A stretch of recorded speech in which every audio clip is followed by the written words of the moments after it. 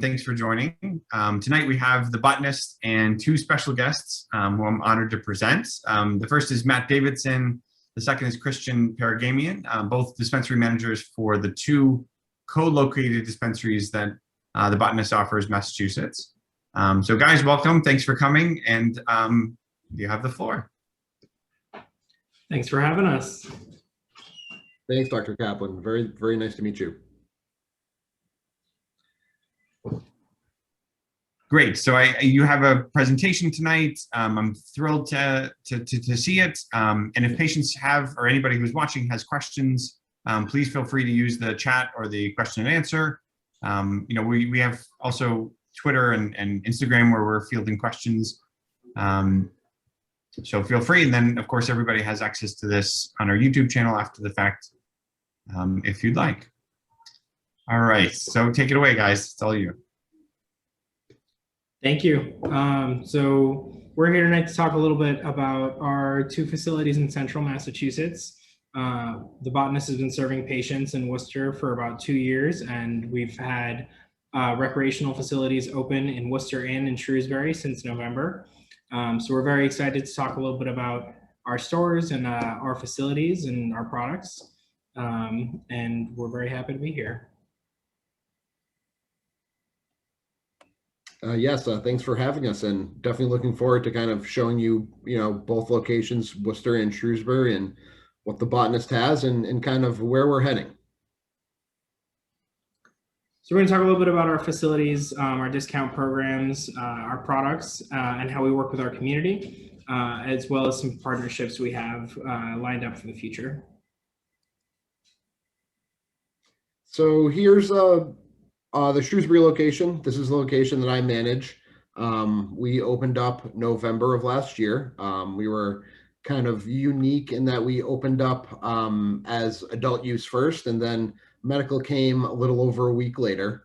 But this is a picture of our location over on Route 20 in Shrewsbury.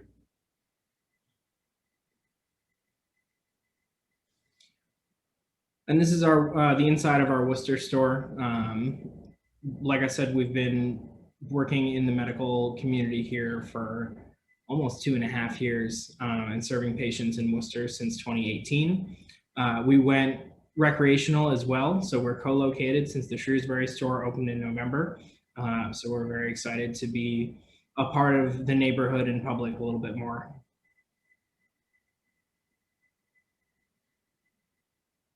So we're going to get into kind of like some of the aesthetics of our dispensaries. We're very much known to have a very warm and inviting environment, which we definitely like to portray to all of our guests, patients, and consumers alike.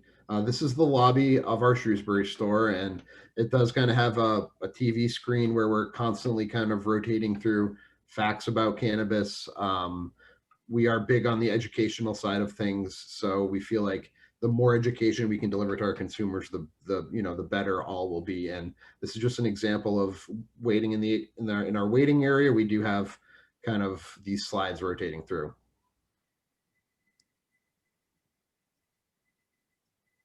Kind of going on with our aesthetics. This is another picture of the interior of the Shrewsbury store.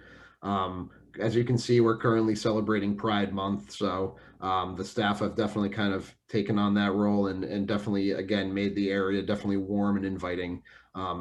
Again, part of our aesthetics and part of what we're known for are our displays.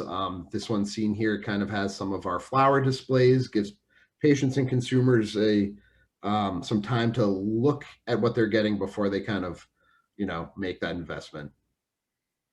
And I think part of what makes the Botanist special in Massachusetts is that we have all of the backings of a larger company that operates in a lot of states. And we also really value transparency and education. So we're very much trying to get our consumers an accurate picture of what they're looking at, what they're buying, what they might be working towards, and without overstepping our educational bounds. This is one of our seed bars. We have full devoted educational bars. So big kind of stand-up bars in our dispensaries that have a lot of uses. Traditionally, we're intention just for educational purposes. They've evolved to become a huge multi-purpose event space that we're very excited to be opening up post-COVID. We have all sorts of vendors and educational seminars and staff trainings, really utilizing this space in its intent, which originally was to educate the staff and the community of these facilities. And I believe this is an interior shot of our Worcester store. They put a lot into the full jungle. So we have, thankfully, a very beautiful storefront we're able to bring this education forward with. Here is a picture of the Shrewsbury store. Shows kind of our point of sale stations. Here pictured are a few of our Shrewsbury staff, and behind them you'll see some television screens where we do kind of rotate through our menus selections, as well as we do offer one single-use paper menus for the patients. Again, kind of still modifying with the times. And as you can see, we do still have our plexiglass up. With the lifting of some COVID restrictions in the very near future. Hopefully those will go away. But again, as Matt was saying previously, kind of showcases our green theme in the background as well.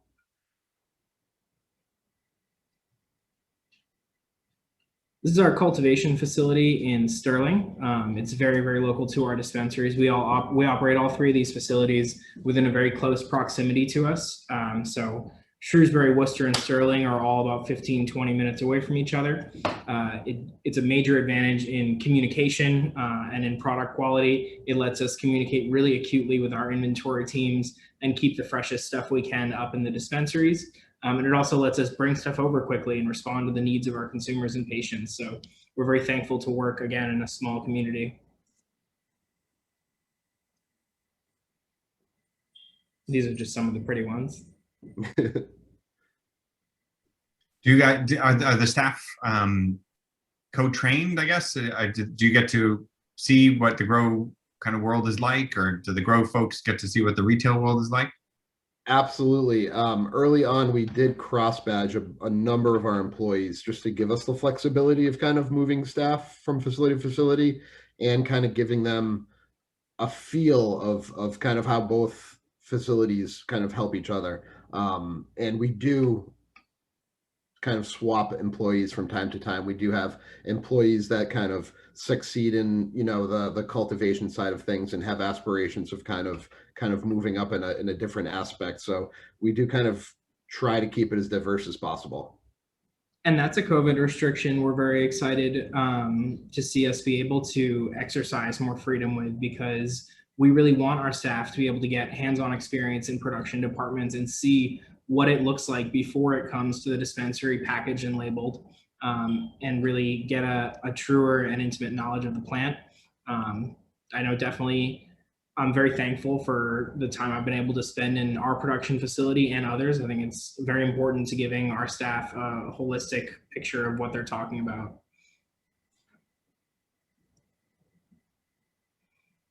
So some examples of some of our concentrates. This is kind of an area that we're really starting to excel in. Our lab is really starting to produce some amazing concentrates, high in terpenes, very impressive stuff that's happening now, and even more impressive that's kind of coming down the pipeline.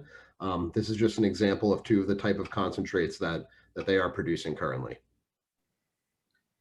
Something great about our lab in Sterling as well is that it is a test passing hydrocarbon lab. So we don't see a lot of producers in Massachusetts utilizing a full hydrocarbon and purge process because the regulations are so strict about what can be left in that residually. So we're very thankful to have a very, very talented lab team who's brought a lot of practices from out of state back in to try to refine the butane process, because it's not a common medium in this state the way it is in a lot of others. You know, I've often been confused by people's reluctance to embrace butane. I think there's this bizarre suspicion that somehow butane, which for folks who may not know, evaporates in normal temperatures in the air. But the idea, with cannabis is that butane is sort of used in a super cooled fashion, and is helping the crystals fall off of the plant so that it can be harvested. But there's some concern, I guess, that, oh, if I'm consuming the cannabis, I'm going to be consuming butane, and it just doesn't make sense. But it's a hard concept to teach people, I guess, who may not have the chemistry background. And I think that prejudice even comes through in the regulations. The ppm limits for ethanol are so much higher than they are for butane in the state, when realistically, like, they are solvents that humans shouldn't necessarily be consuming. So that's something our lab takes a lot of pride in, to be able to work with a solvent that can be purged out to that level. And I think the terpene profiles they're able to draw from it are something they're particularly refining their process with as well. What are those last couple? I think we had a couple live concentrates come out of the lab testing at 7, 8, and 9% terpenes. One of them was over 10. Purple Haze was over 10.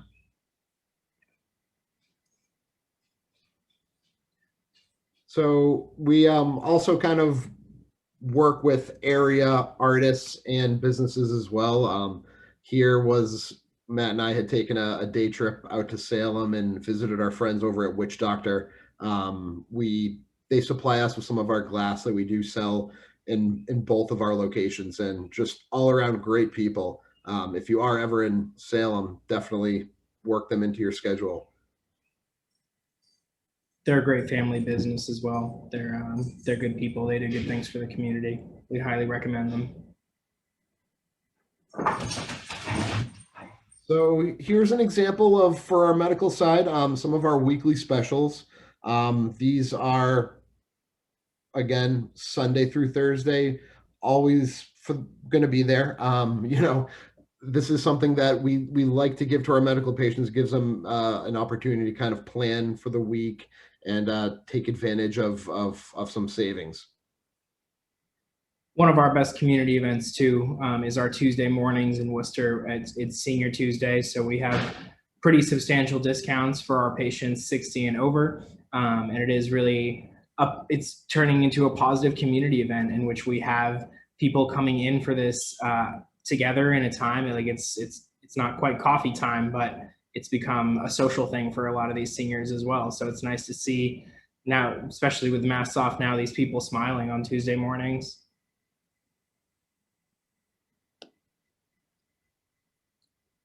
Worcester is a really dense area. We work in very close proximity to a lot of other dispensaries, many of which we work with and wholesale to and from. We're very, very determined to have one of the biggest selections in the state. So even though we produce a lot of products in-house and we create a lot of things, we also bring in a lot of things from a lot of other brands. So we think we have one of the most competitive sets of menus in the state. We have often 20, 30 plus strains on the menu at a time, hundreds of edible offerings, dozens of concentrates. And we're very open to working with and around our community partners. So for all of these many dispensaries in local competition with us, many of them are selling our product and we're selling theirs. We very much believe that the rising tide lifts all ships. Well said, Matt. So yes, kind of going off of what we were talking earlier about community engagement, we do try to engage ourselves in the community as much as possible. Some local organizations that we currently work with are listed on there. Matt and I are actually participating in a Positively for Pink golf tournament this weekend, Saturday at Leicester Country Club. Really looking forward to that, as is Matt. Right, Matt? Along with that, we try to kind of work with our local businesses as much as possible. Here in Shrewsbury, we've worked with Hebert Candy Mansion, which has been around since the early 20s, and we've done kind of giveaways in our store. And in Worcester, we've worked with Queen's Cups, Birch Tree Bread Company, who are awesome local businesses. We definitely believe in not only servicing and providing a service to the community, but kind of working with them as well. As part of our licensing process as well, and part of the commitment we've made to the community of Worcester, we do make a substantial 5-figure charitable donation to local charities every year. And we also host educational seminars. So the 2 we've run this year both come through our compliance department. One has been for potential business owners trying to work into the industry on retail operations and record keeping. And then the other, our compliance and HR department did on recruiting and onboarding in the cannabis industry. So we're always trying to lead initiatives as well.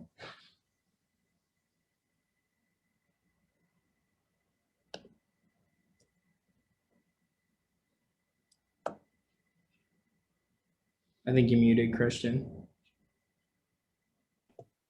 Thank you. So this is kind of a new venture that we're trying here in Shrewsbury to start. Somebody that I had gone to high school with, John DeMoga, runs a Cajun food truck, Mama Ru's food truck. He grew up in Shrewsbury, kind of how I know him. We both went to high school together. And he's going to be setting up his food truck starting this Saturday at the Shrewsbury location on Route 20. And he'll be cooking up some sandwiches and kind of mingling with the people. So it definitely gives you a great opportunity to kind of grab a sandwich and maybe some product and have yourself a great weekend. So this is kind of another example of how we're, engaging the community and kind of trying to take that step forward and do something different.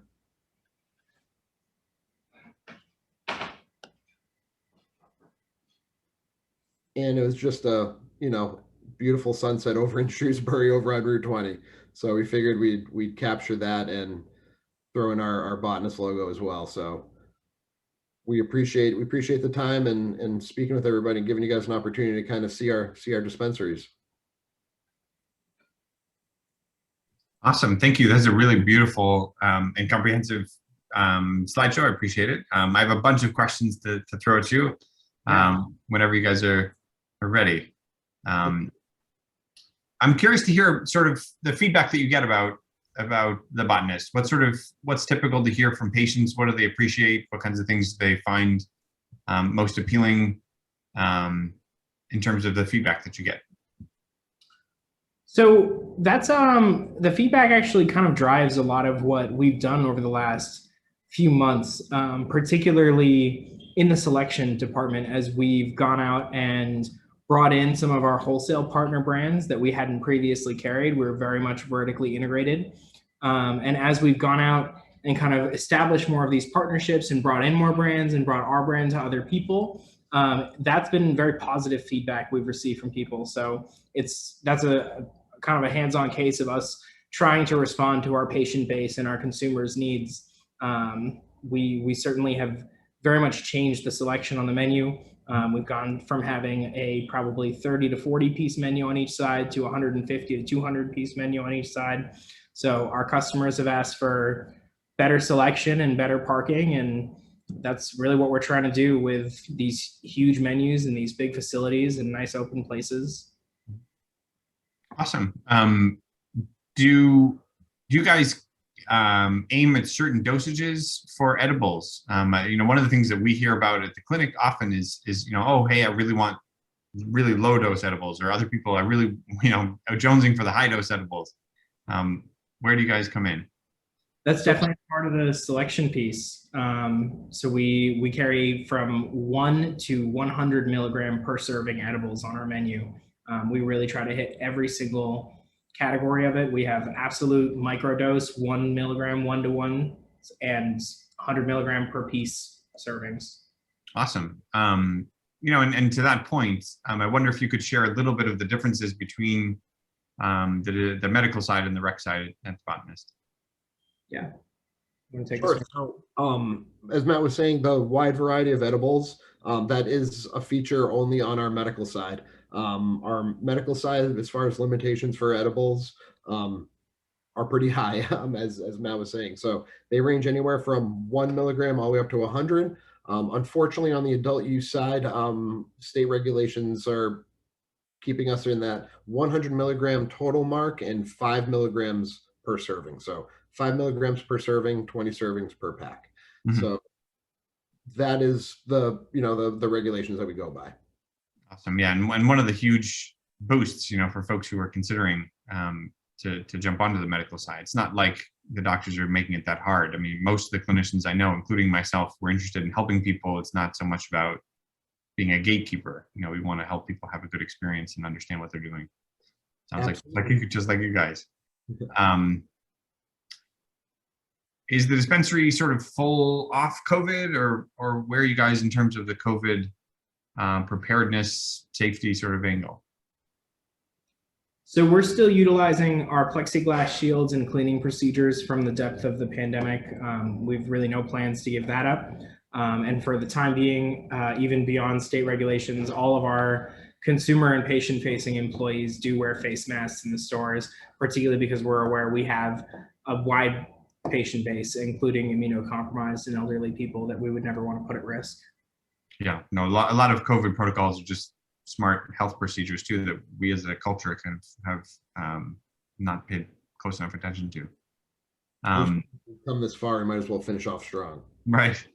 No, agreed. And to the point of sort of immunocompromised patients and symptoms, one of the things that's tricky with the industry here, as you guys know, is aligning patients who are suffering from symptoms with products that are not always one symptom specific kind of product.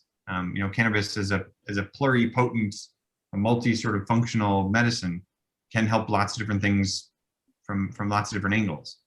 Do you guys carry products that are geared towards specific symptoms, or how do you sort of deal with that dilemma?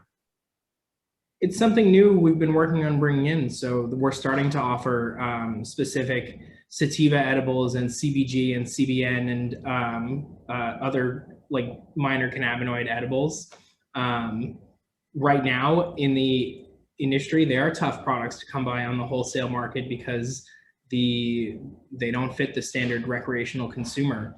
So we're very excited when we get to bring in some of these new products. Chiba Chews is a line we've been carrying that does a great job of doing cannabinoid specific blends. So they have a CBN sleepy time, they have full sativa edibles, they have a CBG bar as well, which is one of the first of those we've seen on the market.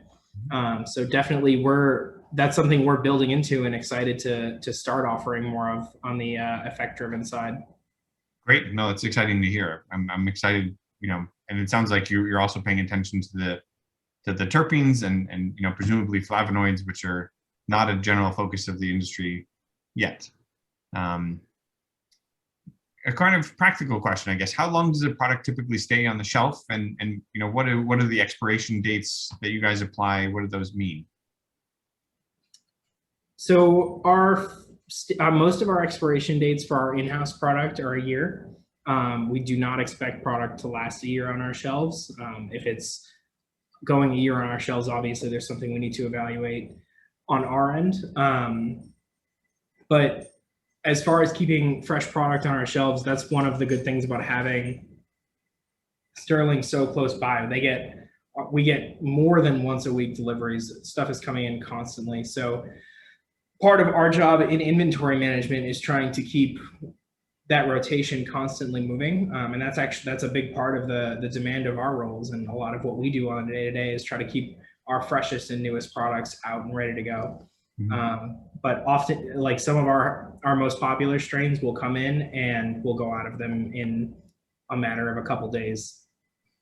As Matt was saying, it's definitely a balancing act with, the retail team kind of working in close proximity with our Sterling inventory team, just making sure we're getting the right products and the right inventory. And again, as Matt was saying, we don't expect products to stick around very long. So awesome. How does the botanist sort of navigate the balance, I guess, between stability of products that are well liked, and these are the sellout products, we got to have more of those, and an equally strong interest sort of from the public in carrying new products, exploring new strains, new opportunities, for both non-flower and flower choices?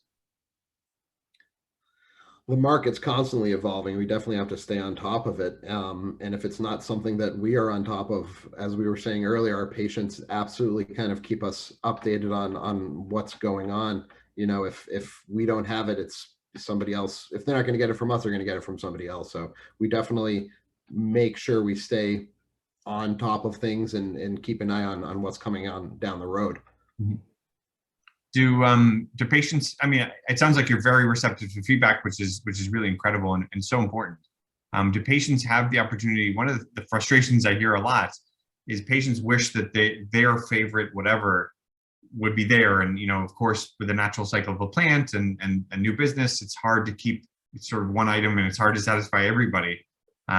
Do you guys have a system to hear patients and sort of maybe, take heed to those requests?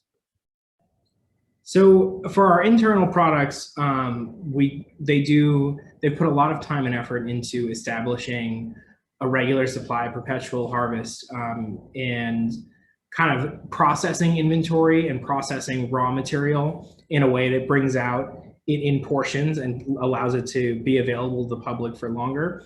But for some of those products that we have to bring in, it is a balancing act, and we have a whole team of people for that. And that's really the character of their role, is making sure that we're able to offer a balance of what we're bringing in from other people and what our patients are looking for and what our consumers are looking for. Awesome. And just to make it crystal clear, what are all of the avenues that people can purchase? Obviously, we can come into the store and buy. What are the other options? Can people purchase over the phone? Can they use resources online? So we offer full online menu pickup and reservation. We don't have any sort of curbside pickup or delivery service at the moment, but we do have very, very excitable and interested staff. So we often have consumers who are looking to call in phone orders. We're always we're very adaptable in that we want to make sure our patients are taken care of. So we do offer a lot of different menu services. There's iHeartJane, Leafly, our own website. We have a lot of ways to order online. But we also go out of our way to make sure people feel like they're able to, even if they're not as tech savvy, which we felt a lot of during the pandemic, when for a long time, most places were entirely online only. Mm-hmm. Mm-hmm. And though we'd love to have you guys come down to Worcester or Shrewsbury to purchase your Botanist branded products, our cultivation team does an amazing job of kind of supplying area dispensaries as well with Botanist products. So definitely your local dispensary, you may be graced with some Botanist products. If they're lucky. If customers have questions about products, I mean, you covered the sort of in-store experience. Is there an opportunity for them to ask either by phone or by email? So we've gone even a little further, and we actually include feedback and question QR codes in with our receipts and bags. So when our customers have feedback and questions, we really want to make it accessible for them to get it to us. So you snap a photo with your phone and you have a full form that gives feedbacks and the ability to review products and ask questions and make full inquiries. So that's something we're working very hard on getting into the hands of our consumer base. Great. Kind of push our transparency a little further. A new avenue has kind of been, which is posted in both dispensaries, is our new compliance task force. So this is something that's available to all of our patients, gives them an opportunity to kind of reach into that aspect of the industry. Awesome. To put my journalistic hat on, what would you guys each say is your most memorable experience as an employee at The Botanist?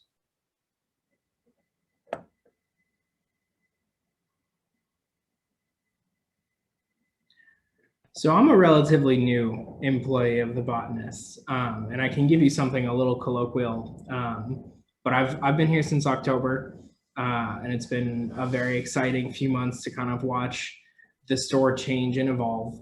But definitely my really first positive, great memory with The Botanist was our first Senior Tuesday we ran. It's something I've seen in a lot of retail environments, and I've worked in a lot of retail environments in shopping malls and grocery stores and other dispensaries. We've always run Senior Day, and it's always a very kind of positive and excitable time. And we have a lot of it's excitement in the air, and it's a great group of people, and they're happy to be there, and they want you to be there, and they're happy to be being helped, and they have great opinions, and they're educating themselves over time, and you're watching them learn. That's always, that first one is always extremely exciting. Christian, what about you? Honestly, I'm gonna have to say it was the first day of sales in Shrewsbury. Shrewsbury was a long time coming.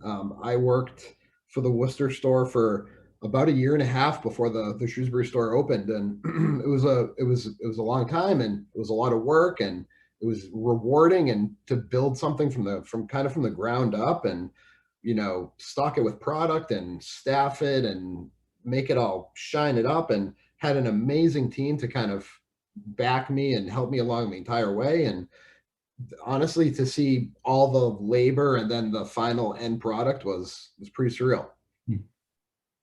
Awesome. To sort of expand on that, actually, Christian, there's a lot that goes on behind the scenes that customers are not aware of, that obviously benefits them. Can you describe something that you think customers would be interested to know about that you think is not common knowledge about the Botanist? Either of you, obviously.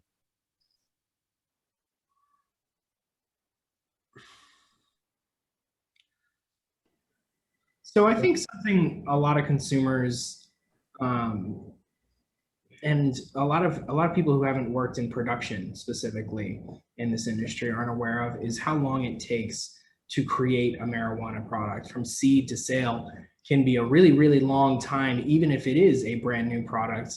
And just how long each of those phases of production take in this state, particularly with not just a finicky plant that grows different in every environment, different every time, and different on every table, and different with every pheno, but also with a set of laws where you need to essentially throw it out of your building for 5 or 6 weeks and send it off to a third party and have somebody examine and look at it and make sure you're meeting all of these steps. And then it comes back to being finished. So that whole process kind of sits in waiting and goes back into action and sits in waiting. So I think that's something that a lot of people aren't totally aware of, is just the life cycle of a product from seed to sale is not always grow it, chop it, cure it, sell it. I think we have a new song. That costs extra, but. Right. Awesome. Christian, any thoughts or additions? No, I definitely agree with Matt, but I mean, kind of the behind the scenes work that involves kind of opening up a store, and the licenses and the inspections, and I mean that part was definitely something that I don't think a lot of people know. It's time consuming. It's nerve wracking, and one little thing can kind of set you back a long way. But as long as you have a great kind of team backing you and looking at things from different angles and kind of bringing on veterans that kind of know and have been through it before, and I mean, the team, having a solid quality team around you definitely makes a difference. And definitely you can say that about the Botanist. Awesome. And what do you guys know anything that the Botanist has in store for the future? Any plans for new products, new locations, anything that you can spill here?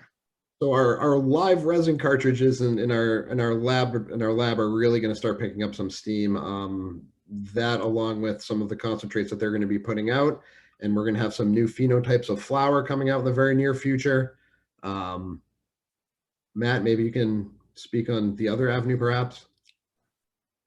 And then a little further down the line this year, we are opening a production kitchen and releasing an edible line. So that's going to hit the market as one of our acreage brands at some point later in this year. We're also in talks looking at another retail location. So obviously that isn't entirely confirmed yet, but Acreage is definitely looking to bring more of the Botanist to this state. So beyond expanding our capacities in cultivation in Sterling, we're looking at bringing edibles to market, and we're hopefully looking at entering a new community as well. Great. Wow. Sounds exciting. I guess last but not least, there are a lot of patients or cannabis anxious potential patients who are worried about privacy protections. What sort of privacy protections do customers have at the Botanist? So we utilize HIPAA as our active guidelines, and we do go a very long way to protect our patient information. Beyond our encrypted database, we also have extremely stringent shredding and coverage procedures. So we really don't leave any information out available. And for those people who are truly, truly concerned, our recreational purchases are 100% anonymous. We don't know who you are. We're only checking that you're valid and 21 years old. So definitely when you enter the medical system as a medical patient, there's a level of information that does need to be shared between yourself and the doctor and the state and the dispensary. So for that side, we have extremely stringent privacy procedures. And then on the recreational side, we have extremely stringent anonymity, oh my God, I can't say that word, procedures to keep transactions anonymous. Awesome. And we do scan IDs of our adult use consumers, but that information is not retained. Awesome. Great to hear. Actually, no, I have one more question, which is coming in from our staff. If you had to pick a couple products that you think are the most popular or the best that Botanist produces, I mean, obviously you can't pick among hundreds, but what would you think are some of the top few products that either you or patients call as favorites? So I could say some of my personal favorites. Our garlic drip flower. It's a sativa leaning hybrid. Great kind of cerebral high, great flower, great smoke. Amongst one of my favorite flowers that we've produced. And then for concentrates, our Dosey Pop is a great consistency, nice indica kind of concentrate, really smooth, real fruity notes. Again, the lab is really kind of honed in their craft and really producing some amazing concentrates. So that's kind of been what I've been dabbling in as of late. I'm gonna kind of second our strengths really are what shine out of our lab and our cultivation. So our whole flower and our live concentrates are absolutely kind of our pride and what we like to show off. Personally, cultivar wise, I really love our orange mojito. I think it's one of the best tasting things we make. It's a very, very enthusiastic but not anxious sativa. So it's like a good daytime one for a lot of people.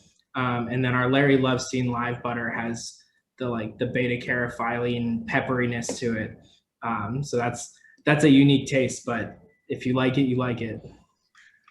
Sounds awesome. Cool. Well, I'm stumped for questions for now. Anybody else in the audience here? Looks like we're good there. Awesome. So let's call it a night. This was really fantastic. I think the Botanist sounds like one of the best dispensaries we have in Massachusetts. So thank you for sharing. And hopefully we'll have you again. We're doing some game show nights, so maybe we'll try to pull you in to do some fun education / rewards for folks who are watching and participating. Anything else we're missing for tonight? All right. Well, Kristen, Matt, thank you so much for the time. We really appreciate it. Of course. No, my pleasure. All right. Good night, guys. Thanks so much. Thank you so much. Take care. Bye-bye.